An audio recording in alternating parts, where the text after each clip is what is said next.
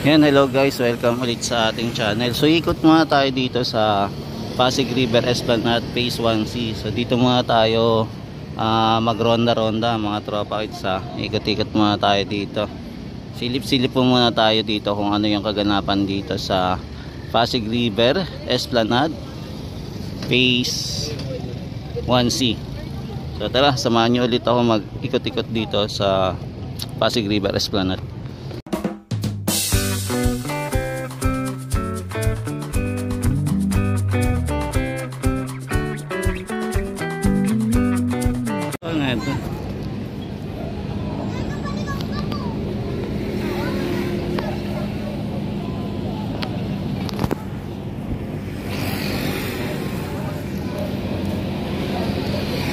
Grabe, tatapon ng mga batang to. Malakas sa loob.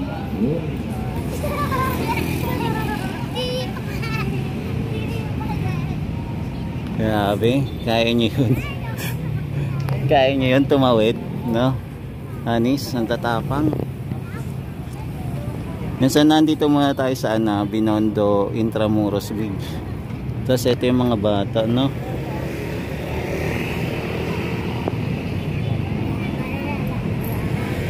Lakas ng loob niya, tatapang nyo.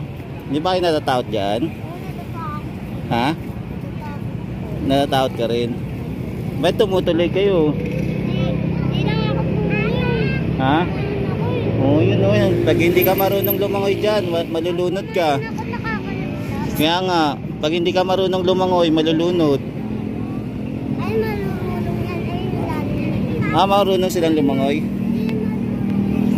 Sino? Yung bata, yung lalaki. Pero yung kasama naman nila marunong, di ba? Oo, yung Yung dalawa? dalawa. Ayan, pwede naman silang tumulong. Kaya lang mataas yan. Tapos madilim pa. Kahit sumadilim, kahit sa gitna po. Kaya nila? Magaling pala. Kaya pala. Kahit anong gawin nila. Oo. Lunod. Kaya pala hindi natatakot. Sila takot. Yung baby pa lang sila marunong na sila. Galing. Mulit na. Kaya nga. Hindi nga. Yan, so ito po yung hagdanan dito sa Pasig River Esplanade, no? So mapapansin natin hindi pa po ito kompleto. Yan, so antayin natin kung kailan to magagawa. Yan, tapos nandito naman tayo sa center ng Pasig River Esplanade. Ito yung mga kaganapan ngayon. So ngayon araw ay ano ba ngayon? February 6, 2025. So ngayon po ay Thursday. So ito po yung mga kababayan natin na mamasyal dito sa Pasig River Esplanade Phase 1C. Yan, so ito po yung mga tindahan, may snow ice cream, tapos ito yung mga accessories po. Tapos meron din dito ang kape, espresso. Ayan, may available po dito. Tapos ito po yung mga kababayan natin na namamasyal po. Ayan. So nandito lang po muna tayo sa may fountain.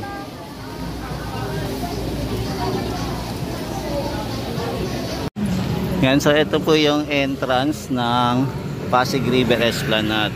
So ngayon mapapansin natin wala na pong nagtitinda dito sa labas, no, compare dati na ang dami pong nagtitinda, pero ngayon hindi na po inaalaw yung mga vendor dito sa labas ng Pasig River Esplanade.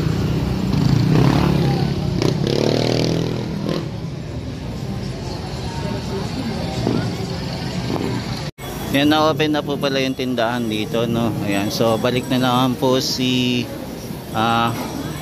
Captain Grill. Captain Grill na yung pangalan. Ayan, bumalik na sila. Ayan. So Captain Grill na ang pangalan. Saka si Brew Point. Ayan. Balik na naman sila. At dito naman sila. Kasi ito naman yung accessories, di ba? Tapos ito may makikita tayong costumer na nandito sa pinaka-sentro ng Pasig River Esplanade. Yan, tapos nandito naman tayo sa may malapit sa hagdanan naman, no. Dito naman tayo pumesto. Yan, silip-silip lang muna tayo dito sa area. Ito naman po yung mga pangyayari dito Ayan, kung mapapansin natin, marami pong namamasyal ngayon. Tapos dito naman po yun sa ilalim ng Jones Bridge. Ayan, may daanan din po dito. Papunta naman po sa Phase A and B naman po. So dito muna tayo pumesto ngayon.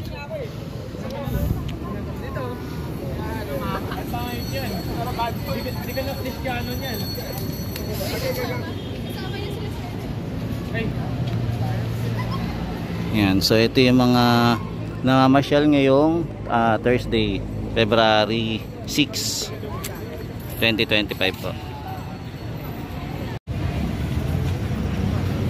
Yan, so oras ngayon is 8 PM na po. Kaya dito muna tayo sa Phase 1C, no? Nag-iikot-ikot. Tapos dito pa rin po yung mga parking lot na available. So dito muna sila nagpa-parking. Yan ang mga motor. Pero kung may improve pa sana itong Pasig River Esplanade, mas maganda wala na lang dito, no? Nagpa-parking para open space na lang dito sa area. Tapos daanan na lang talaga ng mga sasakyan. Ayun yung suggestion ko.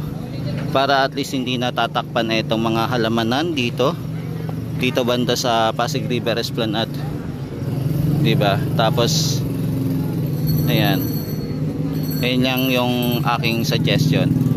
Kung may improve pa yung parking lot dito sa Pasig River Esplanade.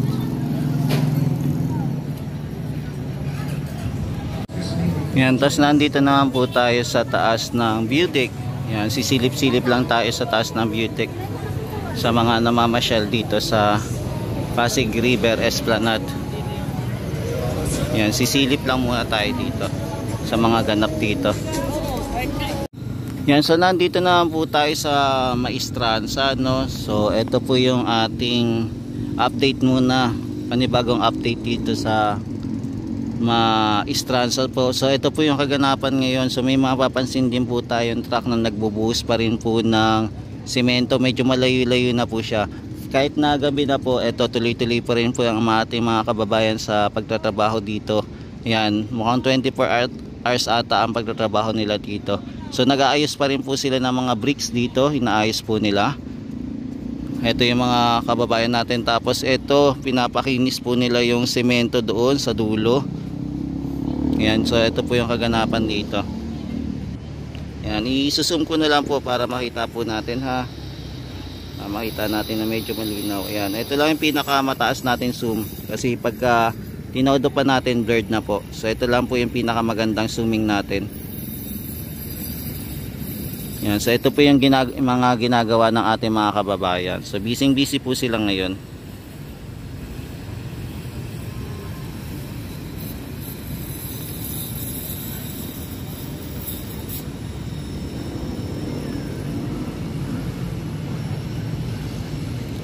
Yan, so ngayon oras na to ay mag-aalas 10 na po, no? Pero yung mga kaganapan dito tuloy-tuloy pa rin po.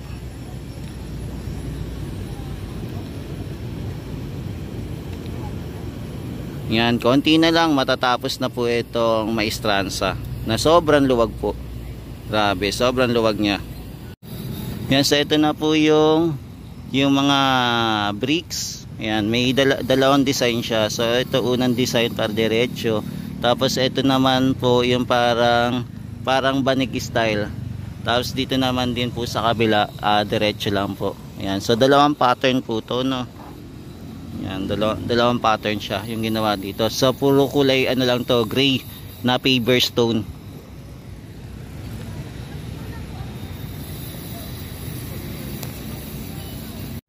Yan yung paver stone na kulay pula naman po dito. Bagong linis naman po, no? Ito, bagong linis po siya. Yan, meron pong kulay gray at saka kulay pula. So ito po yung itsura.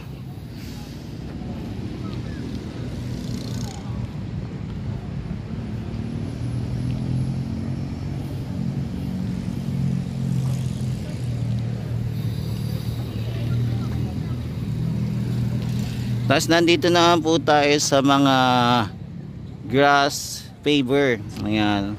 So mapapansin po natin, ito ay pinaglalagyan na po ng mga bagong damo.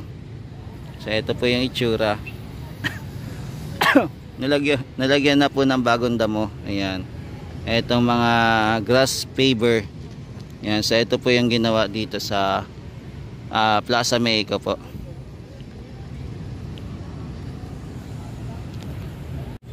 Yan, so ito pong mga paver stone na to. Yan, meron na po siya pinakadulo po. Pero yung mga dito kabila pong lamppost hindi pa po na-open. So antayin natin kung kailan po ito mabubuksan, no. At sa etong mga pintura dito, ayan yung mural, abangan natin kung kailan po ito babaguhin. Yung design.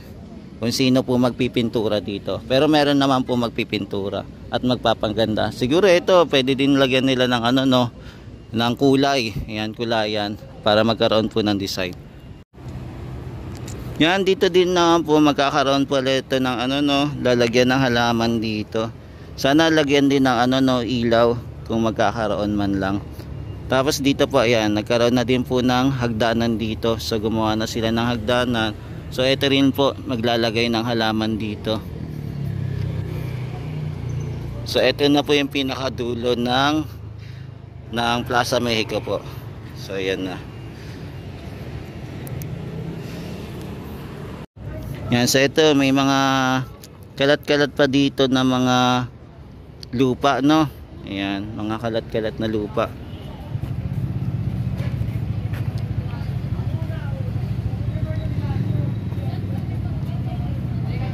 Yan, so ito po yung kaganapan dito. So ito po yung mga ginawa nila.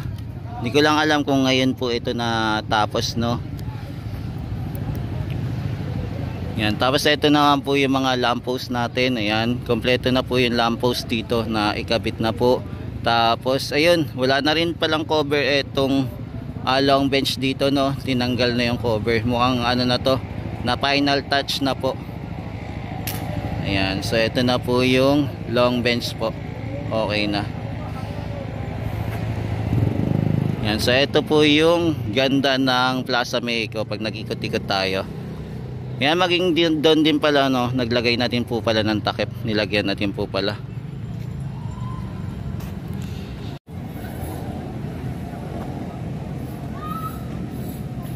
Yan, dito din pala nilagyan na nila ng halaman.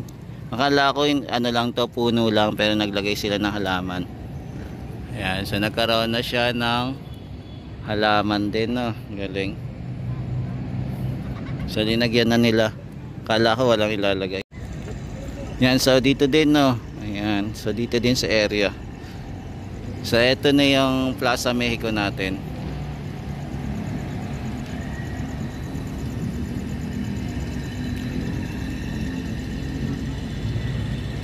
Tapos ito naman po yung mga baluster na napailawan na. Ito mukhang nalinis na din tong area, no. Etong Chinese marker. Mukhang nalinis na rin, no.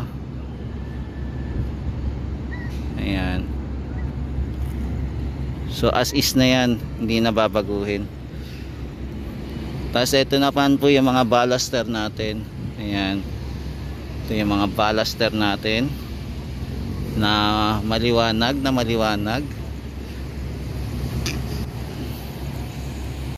Yan, so dito naman sa Boma Night, ayan, kung mapapansin natin malinis, no. Malinis yung area dito.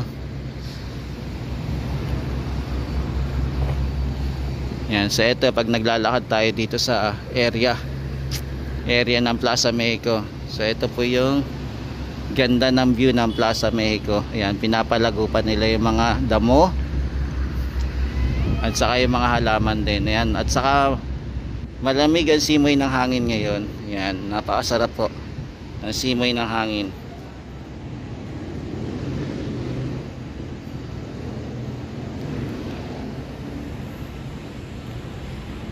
Ayan, silip naman po tayo dito sa isang pang baluster dito.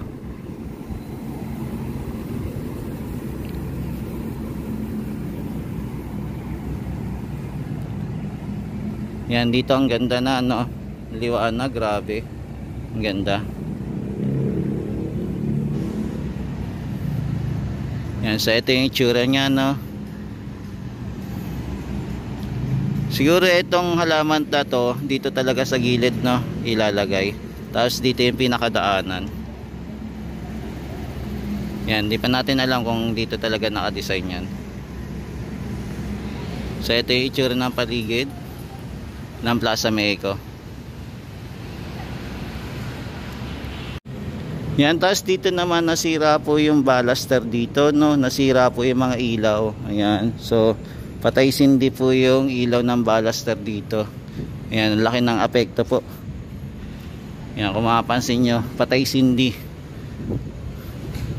Eto, nilinis po yung area dito, no. Tapos nakasara muna dito yung area, sinarado muna nila kasi nilinis yung area dito. So wala munang makakapasok dito. Ayan, so kailangan ayusin ito, isang buong baluster. Ayusin po yung mga ilaw. Ayan, napundi. Ayan, may hinila dito eh.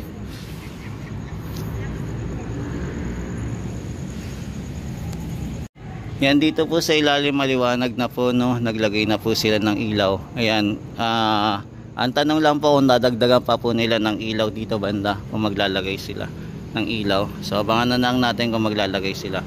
So ito na po yung itsura sa ilalim dito ng Binondo Intramuros Bridge na papaakyat po sa ramp ng Pasig River Esplanade.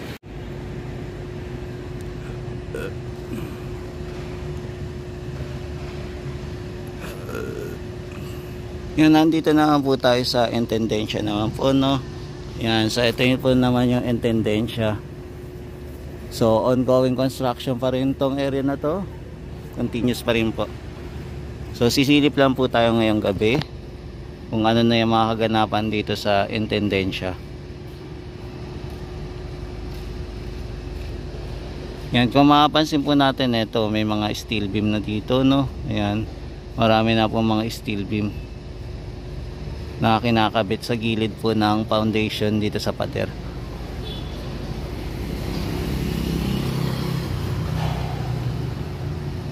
Yan, so ito na po yung kaganapan dito.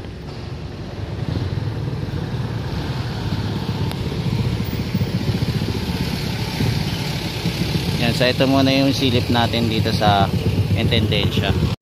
Yan guys, so ito muna yung latest update natin dito sa Intendensya, Plaza Mexico, at saka po sa Pasig River Esplanade.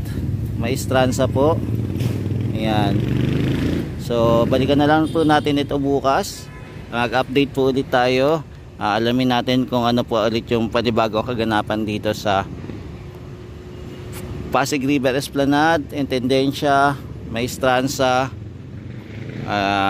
Ayun po. So maraming salamat po. Hanggang sa muli. Yan, mahalin natin ang Pilipinas. Thank you po sa walang sawang pagsuporta kay JR Joria TV. Hanggang sa muli, mahalin natin ang Pilipinas po. Thank you.